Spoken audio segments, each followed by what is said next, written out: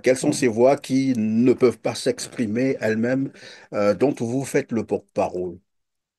Effectivement, Christian Perrin, quand on voit l'architecture du monde actuel et quand le monde est dirigé par des hommes forts, je pense que la poésie devient un acte de résistance. Voilà. Donc, les hommes forts, c'est des hommes qui prennent tout un peuple en otage, de la répression comme une arme de diriger ou de gouverner. Donc, c'est à ce peuple-là, effectivement, qui est privé de l'expression, qui est privé de la parole, dont, effectivement, je me fais le porte-parole. Donc, je parle aux bourreaux, je parle aux dictateurs, je parle aux tyrans, effectivement, pour leur dire que le peuple, c'est quelque chose qui attend d'eux ce qu'on appelle la considération. Voilà. La considération d'abord, un, de croire à leur pays. Et quand un peuple ne croit plus à son pays, et quand le peuple n'a plus de parole, c'est un peuple qui ne vit plus. Et bien voilà, donc à côté de ça, nous avons besoin des hommes euh, courageux, effectivement, qui doivent prendre la parole pour dire ce qui doit se faire selon la règle de l'art. Je parle aussi de ce peuple opprimé. Voilà, ce peuple qui devrait à un moment donné prendre conscience. Parce que la vie n'a qu'un sens lorsque nous vivons paisiblement dans la paix. Et quand le peuple n'est pas dans la paix, parce que la paix, ce n'est pas seulement l'absence de la guerre, et la paix, il y a plusieurs choses qui entrent en compte de ligne. Voilà. Donc, quand ce peuple-là n'est plus dans une tranquillité, ben voilà, si je ose parler, si je ose dire quelque chose, on n'est pas là en train d'injurier les gens, on n'insulte pas. Mais si on dit ce qui ne marche pas, cela n'est pas un problème, cela n'est pas une hérésie. Donc, à ces peuples, effectivement, de prendre le courage, de prendre conscience. Conscience, la vie, on ne vit qu'une seule fois. Voilà, c'est en ces moments-là qu'il faut vivre et c'est en ces moments-là il faut dire les choses. Voilà, nous ne sommes pas à l'église où on attend le paradis, mais pour l'instant, nous avons le paradis terrestre et dans le paradis terrestre, effectivement, ce qui nous lie et c'est ce que nous avons de commun. Voilà, et ce que nous avons de commun, c'est la République, c'est la patrie, c'est le continent. Effectivement, nous tous, nous avons le mot à dire. Voilà, pour le développement social, pour le développement économique, etc., etc. La République, comme qui dirait, hein, tout citoyen a ce devoir d'ailleurs de participer à la vie de sa nation. Et donc vous êtes en train ici de dire que les Congolais devraient un peu se débarrasser de la peur, une peur bleue d'ailleurs, parce que vous avez même expliqué, la vie c'est une fois. Et tout le monde passera parce que finalement, lorsqu'on est, il reste que la mort. Et la mort finit toujours par arriver, par que, quelque raison que ce soit. Donc, ça ne sert à rien d'avoir peur tout le temps, voilà. Mais parce que la peur elle-même, c'est une forme de prison. C'est une forme de prison. Et lorsqu'on a peur, on perd tous ses droits. Et lorsque vous avez perdu tous vos droits, vous n'êtes plus un être humain. Et comme disait d'ailleurs Nelson Mandela, le courage n'est pas l'absence de la peur, mais la capacité de vaincre ce qui fait peur.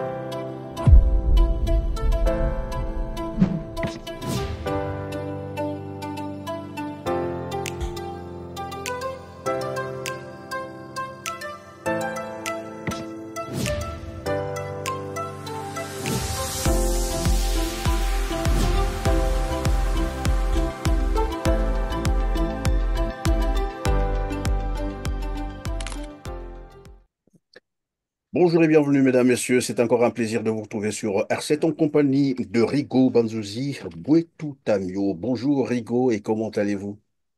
Bonjour, je vais bien, Christian Perrin. Merci d'être avec nous sur R7. Vous êtes écrivain. Vous venez de mettre sur le marché le livre, un ouvrage intitulé Dans les pas de Victor Hugo.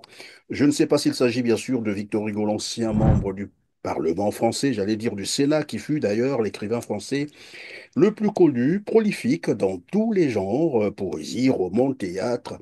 En fait, ma question, pourquoi avoir donc choisi ce titre qui renvoie vers Victor Hugo? Oui, Christian, qu'est-ce que je vais vous dire par rapport au titre? Donc, c'est une œuvre de poésie. Donc, une œuvre de poésie, c'est une œuvre de création. Donc, celui qui crée, c'est celui qui fixe son titre. Mhm. Donc, en premier lieu, le choix du titre. Donc, c'est mon œuvre, raison pour laquelle j'ai choisi ce titre. Maintenant, Et en vous deuxième l'avez choisi ou lieu, bien c'était une proposition de votre éditeur? non, je l'ai choisi, c'est moi.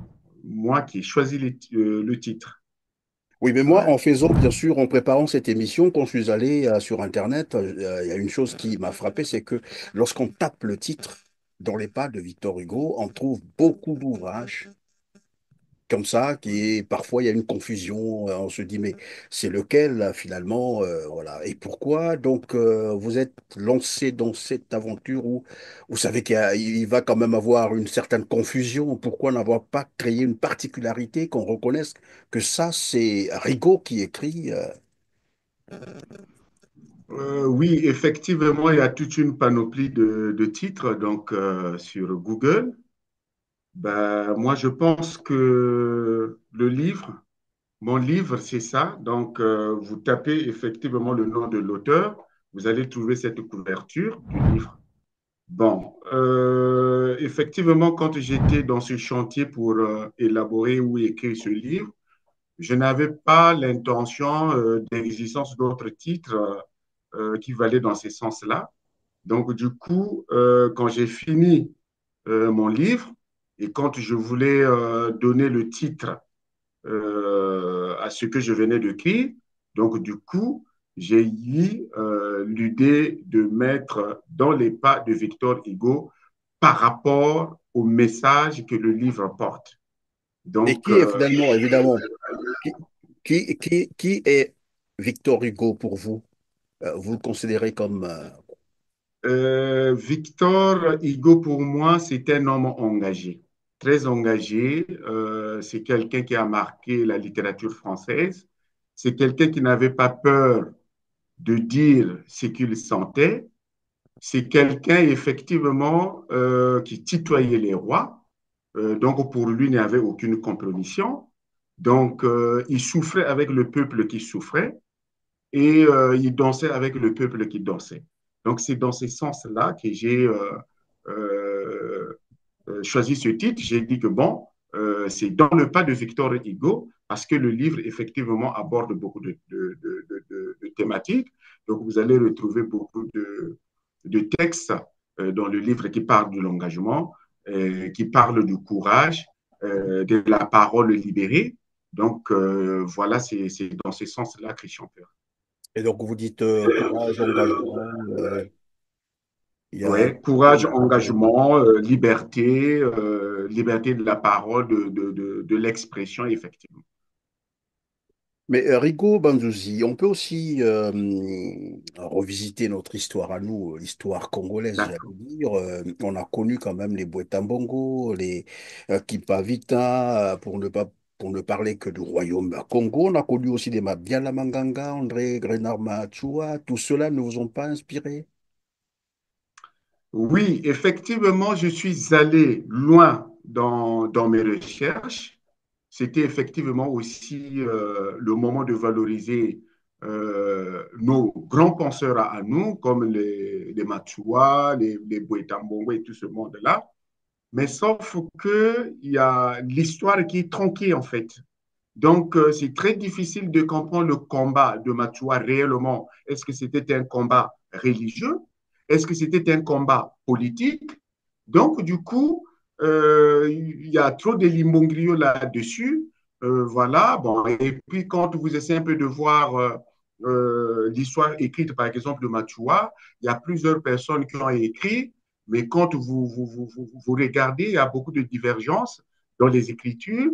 Donc, si bien que le personnage André Grenard-Matoua et les autres devient de personnages un peu mythiques. Voilà, donc c'est dans ces sens-là que j'ai essayé un peu de porter. Puis c'est quand je vois le courage de André Grenard-Matoua, par exemple. Bon, j'essaie un peu de voir ce que André Grenard-Matoua a fait dans mon pays, qui est le Congo-Brazzaville. Voilà, parce qu'il est le natif du Congo-Brazzaville. Donc, du coup, et quand j'essaie un peu de voir, on me parle que du mysticisme. Donc, le mysticisme un personnage qui était mystique, un personnage et tout, mais en aucun cas, on ne voit pas le courage qui devrait effectivement amener à un changement. C'est-à-dire les éléments qui peuvent vous permettre d'apprécier Voilà, réellement des qui est éléments réellement voilà, avancé. qui devraient me permettre également d'établir effectivement cet engagement. Ok, alors, alors permettez-moi donc de lire le résumé de votre roman, résumé proposé par, je pense, votre éditeur. Je ne sais pas si c'est lui qui a proposé ça, et vous me direz tout à l'heure. Voici ce qu'il dit. Dont les pas de Victor Hugo est bien plus qu'un recueil de poésie, c'est un vibrant manifeste où chaque vers résonne comme un cri de justice. Le poète, donc comme vous, évidemment, y apparaît libre, inébranlable, se tenant loin des compromis du pouvoir et des projecteurs. Ni la peur, ni la mort, ni celle de la prison ne l'empêchent d'être la voix des opprimés, celle de ceux que l'on réduit au silence. À travers des mots puissants, il fait de l'amour et de la paix ses armes les plus redoutables. Ce recueil invite le lecteur à un voyage bouleversant où la poésie devient un acte de résistance, un appel à écouter la conscience de ceux qui n'ont pas la parole. La Tout à, résistance, le tout à fait, porte-parole des opprimés, de ceux tout qui n'ont à pas la fait. parole. Quelles sont ces voix qui ne peuvent pas s'exprimer elles-mêmes, dont vous faites le porte-parole? Effectivement, Christian Perrin, quand on voit l'architecture du monde actuel et quand le monde est dirigé par des hommes forts, je pense que la poésie devient un acte de résistance. Voilà. Donc, les hommes forts, c'est des hommes qui prennent tout un peuple en otage, de la répression comme une arme de diriger ou de gouverner. Donc, c'est à ce peuple-là, effectivement, qui est privé de l'expression, qui est privé de la parole, dont, effectivement, je me fais le porte-parole. Donc, je parle au bourreau, je parle aux dictateurs, je parle aux tyrans, effectivement, pour leur dire que le peuple, c'est quelque chose qui attend d'eux ce qu'on appelle la considération. Voilà. La considération d'abord, un, de croire à leur pays. Et quand un peuple ne croit plus à son pays, et quand le peuple n'a plus de parole, c'est un peuple qui ne vit plus. Et bien voilà, donc à côté de ça, nous avons besoin des hommes euh, courageux, effectivement, qui doivent prendre la parole pour dire ce qui doit se faire selon la règle de l'art. Donc, c'est dans ce sens-là que vous voyez voilà la détermination de l'auteur pour aujourd'hui se faire porte-parole des opprimés, des gens qui n'ont pas la parole, parce que la parole aujourd'hui devient comme une hérésie. Donc, vous prenez la parole, vous allez aussi trouver ça dans mon livre, où le titre même, c'est la parole. Donc, dans la parole qui devient hérésie, là où on empêche les gens de s'exprimer, là où on empêche les gens de dire la vérité. Et quand vous dites la vérité, vous devenez l'ennemi. Et quand vous dites la vérité, il faut couper la tête. Et bien voilà. Donc, c'est dans ce sens-là. Et moi, si j'ai pris cette posture aujourd'hui, c'est pas pour la première fois. Bon, pour moi, c'est pas, je ne prétends pas être appelé poète, parce que c'est plus grand, c'est plus beau, effectivement. Mais ça écrit, effectivement, euh, dans une circonstance où il fallait effectivement prendre de la poésie qui nous permet effectivement de libérer notre parole et de dire les choses telles qu'elles sont. Par votre réponse, est-ce que je suis en train de comprendre que finalement, le résistant, c'est vous-même et que vous avez utilisé l'écriture comme moyen d'expression, c'est ça? Effectivement, quand on est dans un monde où on ne peut pas s'exprimer, je pense qu'à un moment donné, on se sent, c'est comme si on n'existait plus. Donc, pour donner le sens à mon existence, effectivement, il fallait libérer ma parole. Et libérer la parole, c'est d'écrire mes poèmes qui peuvent servir, puisque les mots, c'est toujours les mots.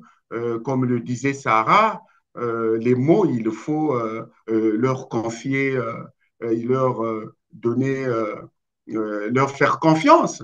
Et quand vous faites la confiance aux mots, effectivement, les mots vont vous rendre heureux, les mots vont vous rendre libre.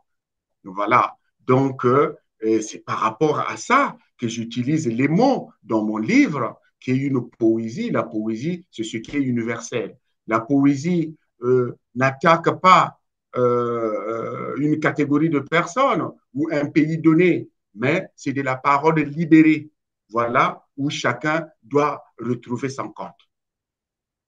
Alors, nous le savons aussi que dans le commun de mortel, les hommes, en fait, les ordinaires que nous sommes, c'est que nous nous servons des mots hein, pour nous exprimer. La différence avec les poètes, c'est que les poètes, eux, utilisent les mots pour passer un message. Et c'est ce que je crois comprendre que vous avez eu à faire dans votre ouvrage intitulé, je rappelle à nos téléspectateurs, Dans les pas de Victor Hugo, qu'on peut retrouver d'ailleurs, taper sur Google. Hein. Et puis, à ce moment-là, pour avoir une bonne précision, il faut toujours mentionner le nom de l'auteur, Rigo Bandouzi Bouétou Tamion, pour plus de précision, parce que, comme je le disais d'entrée de jeu, j'ai tapé le nom, juste le titre du livre. Alors là, je me suis retrouvé avec voilà, une série d'ouvrages et que je n'arrivais même plus à identifier lequel. Donc, il faut toujours taper, compléter par le nom de l'auteur, dans les pas de Victor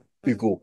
Alors, puisque vous avez utilisé les mots, la parole, tout à l'heure, vous êtes en train de dire la parole, la puissance de la parole, et tout le monde le sait que la parole est une arme. Est-ce que on peut comprendre avec vous les faits? Sur quoi vous vous êtes basé? Est-ce que c'est de l'imaginaire, du vécu ou de la fiction? De quoi parlez-vous concrètement? Je parle de la réalité dans laquelle nous sommes connectés aujourd'hui.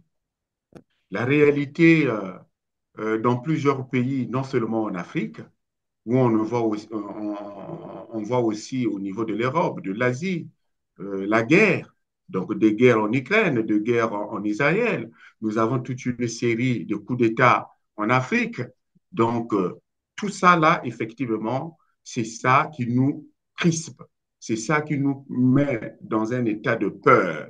Et c'est ça qui euh, qui nous met effectivement, qui nous bâillonne, si vous voulez. Donc, pour essayer un peu de sortir de cette spirale, effectivement, il fallait aller chercher les mots, aller chercher ces mots qui doivent nous conforter, ces mots qui doivent nous soulager et les mots, effectivement, qui doivent aussi arriver dans les oreilles de ceux qui dirigent, de ceux qui ont fait de la violence leur arme de résistance.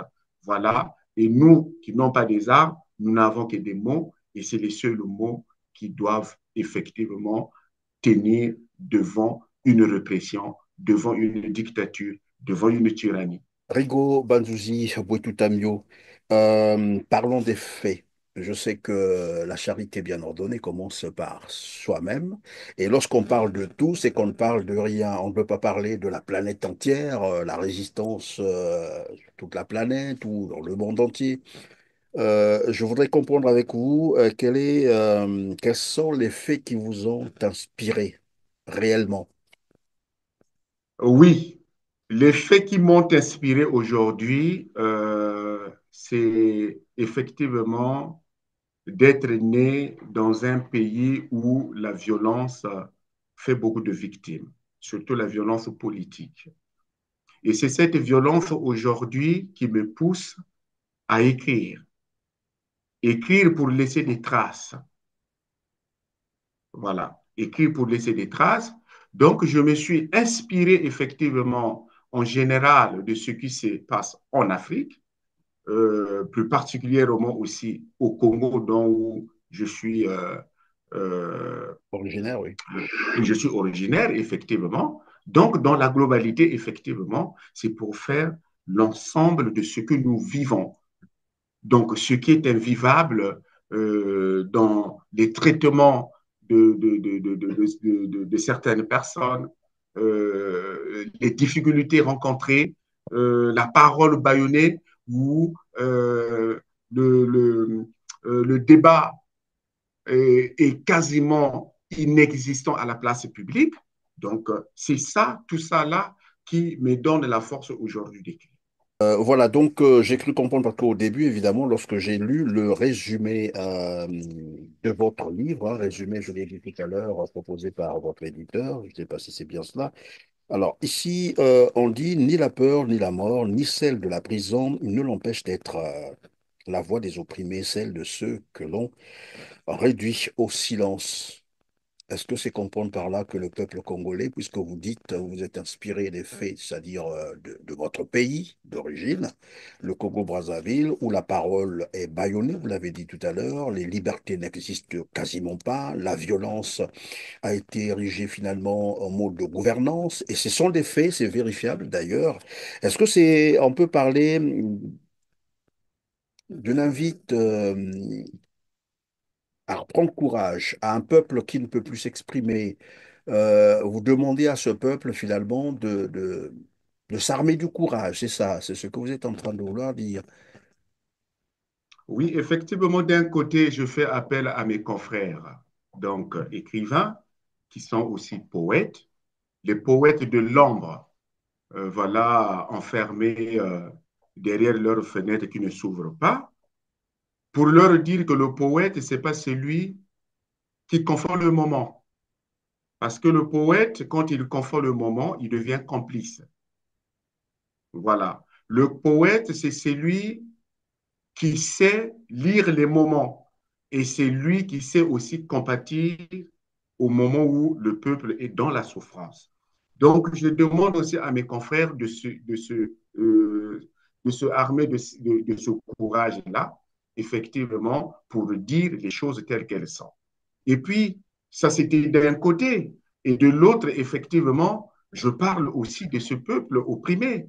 Voilà, ce peuple qui ont fait de la peur comme étant une arme. Voilà. Donc, ce peuple-là aussi qui devrait à un moment donné prendre conscience. Parce que la vie n'a qu'un sens lorsque nous vivons paisiblement dans la paix. Et quand le peuple n'est pas dans la paix, parce que la paix, ce n'est pas seulement l'absence de la guerre, et la paix, il y a plusieurs choses qui entrent en compte de ligne.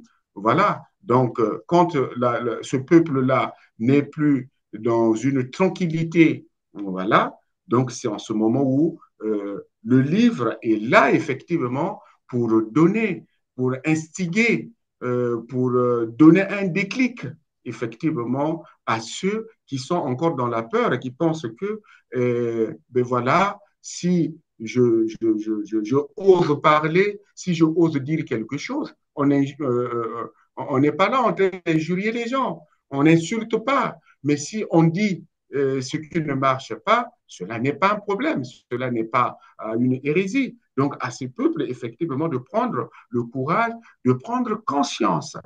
Conscience, la vie, on ne vit qu'une seule fois. Voilà, c'est en ces moments-là qu'il faut vivre et c'est en ces moments-là il faut dire les choses.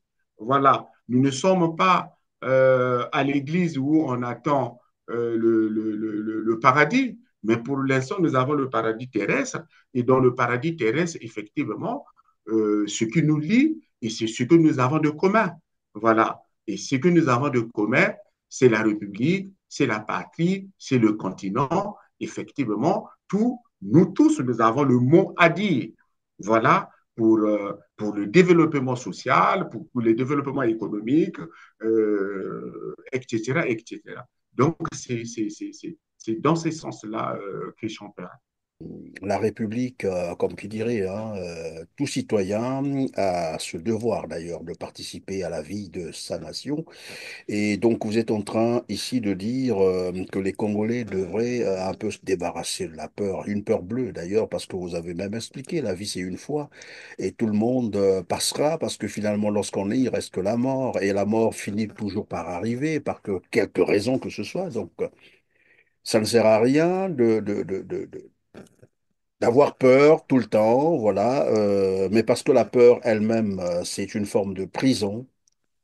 C'est une forme de prison, et lorsqu'on a peur, on perd tous ses droits, et lorsque vous avez perdu tous vos droits, vous n'êtes plus un être humain. Et comme disait d'ailleurs Nelson Mandela, le courage n'est pas l'absence de la peur, mais la capacité de vaincre ce qui fait peur. Et donc, alors, mais est-ce que dans votre livre, Rigo Bandouzi, Boitou Tamio, dans votre livre, y a-t-il des éléments, des événements que vous avez peut-être, je ne sais pas, décrits, c'est ça, pour essayer d'exprimer, de manifester évidemment votre courage à vous, puisque vous vous identifiez à Victor Hugo. Y a-t-il des événements qui ont été, j'allais dire, rapportés dans ce livre, lesquels, par exemple, que les lecteurs pourront découvrir sans bien sûr euh, dire ou dévoiler tous les événements, parce qu'évidemment, on va garder ça pour les lecteurs qui vont s'acheter le livre. Mais on peut savoir Oui, quelques éléments, quelques événements.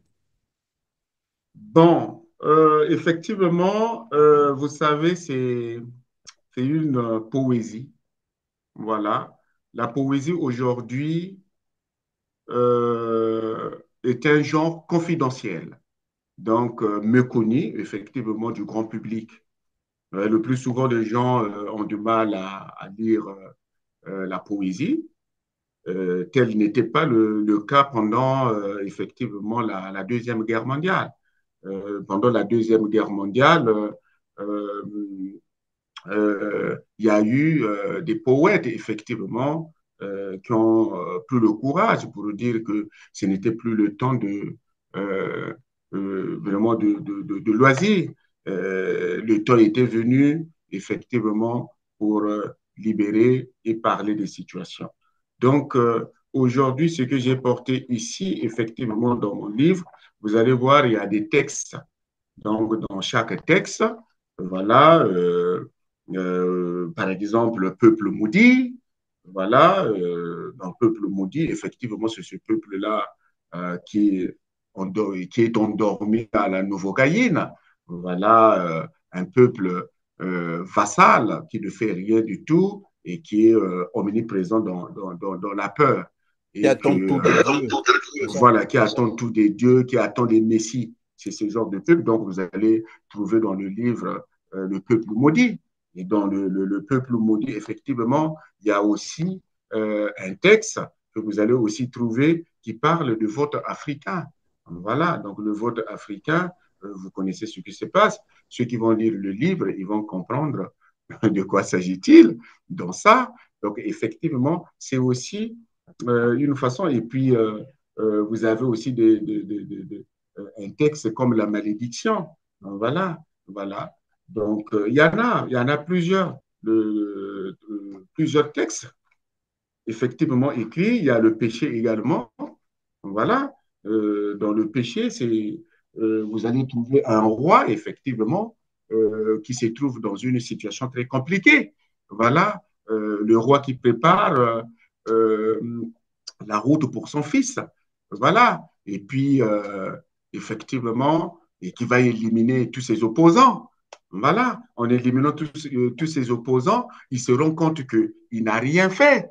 Et voilà, en faisant rien, il y a toujours quelqu'un qui sort avec sa tasse de la matinale, effectivement, pour éveiller les consciences des gens. Et donc, le roi qui se rend compte que malgré tout ce qu'il a fait, ils l'ont fait pour rien.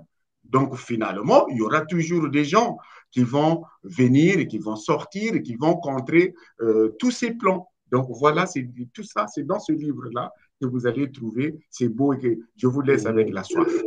Tout ce que vous venez de dire ressemblerait beaucoup plus à la réalité congolaise actuelle où tout le monde est en train de se dire, bah, voici ce qui peut arriver, voilà ce qui peut arriver. Alors, tout à l'heure, donc, vous disiez, ce n'est plus le temps de loisir et un peuple doit le comprendre, évidemment. C'est un appel aussi aux Congolais, probablement, puisque la situation du Congo actuellement, elle est, mais vraiment grave, elle est très grave et que les Congolais devraient en prendre conscience. Et donc, c'est un message. Bon, c'est vrai que je ne veux pas aussi non plus identifier votre livre carrément au Congo. Au départ, vous avez dit, c'est un peu le monde, ben, voilà, partout, il y a des petits soucis et que les peuples doivent se réveiller, c'est ça. La vérité, il faut prendre courage et puis, bon, voilà, se battre parce que la vie n'est faite que de cela. Il faut se battre. Oui, Et comme disait oui, d'ailleurs Thomas Sankara, hein, pour d'ailleurs, si pour un esclave disait-il qu'il n'est pas capable d'assumer sa révolte, ça ne sert à rien de s'apitoyer de cet esclave. Alors, ça sont des faits que vous nous avez, et puis on laisse un peu comme qui dirait, le privilège à ceux qui vont s'attraper le livre. Il est déjà dans... Comment le trouver? C'est juste en ligne ou bien il faut absolument... oui, en ligne. Donc, vous pouvez les trouver sur le lien donc, de mon éditeur. Donc www.delisbleu, voilà, .fr. Et puis, le livre est aussi disponible au FNAC, dans les librairies, dans toutes les librairies en France. Et le livre est également aussi disponible chez Amazon. Donc, pour ceux qui veulent commander le livre chez Amazon, effectivement, vous pouvez le commander. Rigo Bandouzi, Bouétou Tamio, vous le savez également qu'en Afrique, hein, je ne sais pas si c'est... Mais je crois qu'il y a une partie de l'Afrique qui est assez évoluée, où les populations lisent. Mais je parle un peu de notre sous-région. Écrire un livre, c'est pratiquement cacher un message. Ça, vous le savez, hein, les Congolais. Par exemple, hein, ce n'est pas une insulte, mais on sait bien que au Congo, vu également le niveau scolaire tel qu'il est aujourd'hui, hein, on a détruit l'école. Ce n'est pas une spéculation, ce sont des faits, hein, c'est vérifiable. Les gens ne lisent pas beaucoup. Est-ce que vous serez tenté, probablement, pourquoi pas, dans les jours à venir, de traduire évidemment votre ouvrage, pourquoi pas, en un théâtre, des représentations de ce genre, pourquoi pas une petite série, voilà. Ben oui, Christian Pereira, effectivement, c'est déjà une parole donnée. Donc, pour ceux qui sont dans le théâtre, voilà, qui peuvent récupérer les textes pour en faire une série de théâtre ou une série de films et tout. Mais voilà, tout ça là, c'est pour faire véhiculer le message qui est dans le livre. Parce que nous voulons effectivement construire le monde de demain, pour ne pas dire l'Afrique de demain. Donc, si aujourd'hui, puisque les gens ne lisent pas, mais si les gens ils sont intéressés par rapport à l'image, pourquoi pas jouer une pièce de théâtre avec ce que j'ai apporté euh, comme travail. Donc ça aussi, ça sera en tout cas les bienvenus. Je serai très content, effectivement, de voir les pièces, les séries et tout par rapport à mes textes. Et je serai tellement heureux. Et j'imagine un peu, est-ce pour autant dire que finalement, si on vous invitait aussi au Congo pour aller faire des représentations, vous irez, c'est ça? Faire la représentation du livre. Oui, présenter votre livre, pourquoi pas, et Ben puis oui, mais le livre, je ne l'ai accompagner. pas écrit. C'est un livre que je n'ai pas écrit pour le Congo. Donc, pour moi, le livre, c'est une œuvre littéraire. Et une Universel, œuvre, oui. voilà, une œuvre littéraire, elle est universelle. Donc, aujourd'hui, effectivement, pourquoi pas mener des débats avec la jeunesse? Voilà. Parler aussi, présenter aussi de mon livre, faire des rencontres littéraires aussi avec des jeunes pour leur donner aussi le goût de la lecture. Parce qu'aujourd'hui, nous avons un monde technocrate. Le monde technocrate aujourd'hui, c'est le monde de business, la puissance de l'argent. Alors que dans les temps immémoriaux, nous avons des grands personnages qui n'étaient pas employables, mais qui étaient utiles dans la société. Donc, il faut aussi donner le goût à des nouvelles générations d'écrire pour que ces jeunes-là vont commencer à faire imaginer aussi les générations futures. Donc, effectivement, voilà. Donc, je vais aussi présenter mon livre au niveau du Congo, dans toute l'Afrique, effectivement, puisque nous voulons une Afrique très forte, développée aussi prochainement, ou je ne sais pas, dans un futur très proche. Voilà. Merci Rigo Banzuzi Boetutamio. Je rappelle, le livre est intitulé, c'est un recueil, hein, ce que j'ai cru comprendre, de poèmes, c'est bien ça, et donc dans les pas de Victor Hugo, paru bien sûr aux éditions Le Lys Bleu. C'est un ouvrage de 84 pages, paru le 31 octobre 2024, très récent d'ailleurs. Alors je vais vous laisser donc quelques secondes hein, pour évidemment conclure, et cela pourrait donc servir pour le mot de la fin. Bon, mais le mot de la fin, qu'est-ce que je vais dire? Je vais dire au lecteur de se procurer de ce livre. Donc, c'est un livre qui aborde beaucoup de thèmes, donc le courage, l'engagement, la liberté, la parole. Donc, ce livre qui sera en quelque sorte euh, une Bible pour les chrétiens, voilà, euh, qui sera vademecum de référence, voilà. Donc, je vous invite euh, tous les lecteurs de tout bord, que vous soyez en Afrique, que vous soyez en Europe, en Asie, aux États-Unis, et voilà, achetez le livre, inspirez-vous du livre. Voilà, nous, nous sommes que les écrivains, nous libérons que la parole. Nous ne sommes pas des opposants politiques, nous sommes là pour voir ce qui ne va pas, ce qui marche et ce qui ne marche pas. Et ce qui ne marche pas, nous avons en tant qu'écrivains le droit de dire pour édifier la masse.